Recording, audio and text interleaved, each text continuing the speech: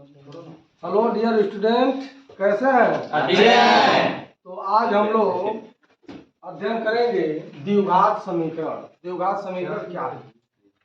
तो ऐसा बहुपद जिसमें दो घात होते हैं उसे द्विघात बहुपद कहते हैं।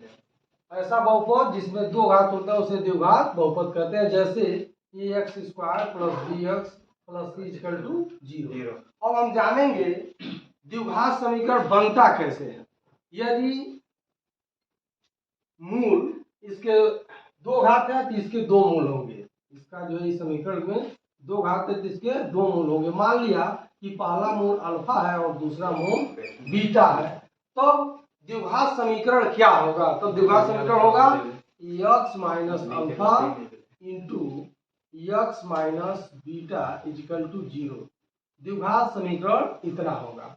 अब हम लोग देखते हैं, अगर जो अल्फा बराबर 2 और बीटा बराबर 3 दिया है तो द्विघात समीकरण क्या होगा? तो इस सूत्र में हम लोग रख करके देखते हैं इसका जो है द्विघात समीकरण क्या आएगा। तो हो जाएगा x माइनस 2 इंटू यह हो जाएगा x माइनस 3 इक्वल टू 0। अब इसका मल्टीप्लाई इसमें कर देंगे। इसका मल्टीप्लाई करेंगे तो यह हो जाएगा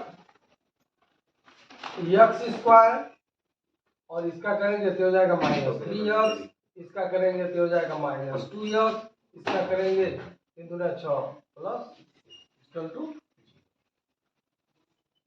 यह हो जाएगा x स्क्वायर या 3 5 5x धन 6 बराबर 0। इस प्रकार हम लोग जो है अगर जो किसी भी दो मूल दिए हो और द्विघात समीकरण बनाना हो तो इस सूत्र का उपयोग करके हम लोग द्विघात समीकरण बना सकते हैं।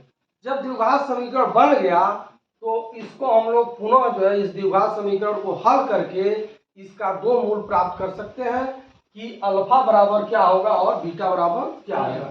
जैसे अगर जो हम लोग छत पर चढ़ना जानते हैं तो छत से उतरना भी जानेंगे। तो हम लोगों ने अब छत पर चढ़ लिया है, अब जो है पुनः छत से उतरना हम लोगों को सीखना है।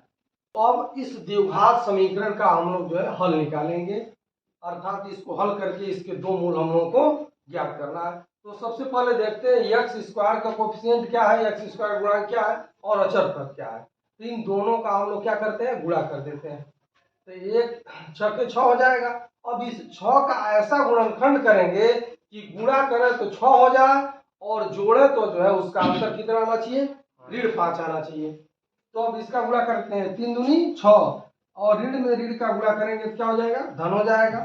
तो 3 दूनी 6 हो गया, धन 6 आ रहा है। और जब इसको जोड़ेंगे हम लोग ऋण 3 और ऋण 2 तो यह कितना हो जाएगा, ऋण 5 हो जाएगा। इस प्रकार अब हम लोग इस ऋण 5 x को लिखेंगे ऋण 3x और ऋण 2x, ये दोनों मिलाकर के होगा ऋण 5x। अब ऋण 5x की जगह पर हम लोग को इतना लिखना है। तो आगे देखते हैं, इसमें यह ऋण 5x यहाँ पर हम लोगों ने लिख दिया ऋण 3x ऋण 2x।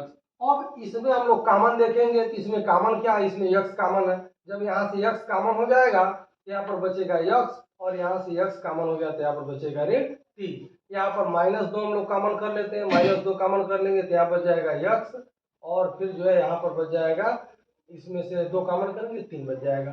फिर अगर जो हम देखते हैं या मान लीजिए सही नहीं लिख पाए हैं, सही है कि नहीं इसको जांच करने के लिए हम लोग इसमें गुणा करके चेक कर लेंगे, ये अगला पद मिल जाएगा।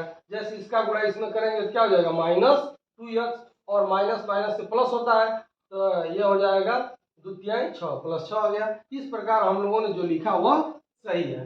अब इसमें हम देखते हैं यह जो x माइनस 3 और x माइनस 3 क्या है, कॉमन है। यह x माइनस 3 यहाँ हो गया और x माइनस 2 एक कोष्ठक में हो गया, ये बराबर 0 हो गया।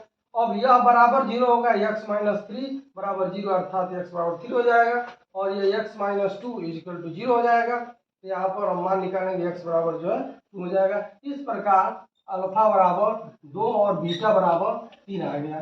तो हम लोग हमने सीखा कि समीकरण द्विघात समीकरण बनेगा कैसे, और यह भी सीख लिए अगर जो कोई द्विघात समीकरण है तो उसको गुणनखंड करके उसका जो है हम लोग मूल कैसे ज्ञात करें। द्विघात समीकरण का हल निकालने में गुणनखंड विधि जो फेल कर जाता है, अर्थात हम लोग गुणनखंड विधि से उसका मान नहीं निकाल सकते हैं, तब हम लोग क्या करते हैं, सिर्फ 4 विधि का प्रयोग करते हैं।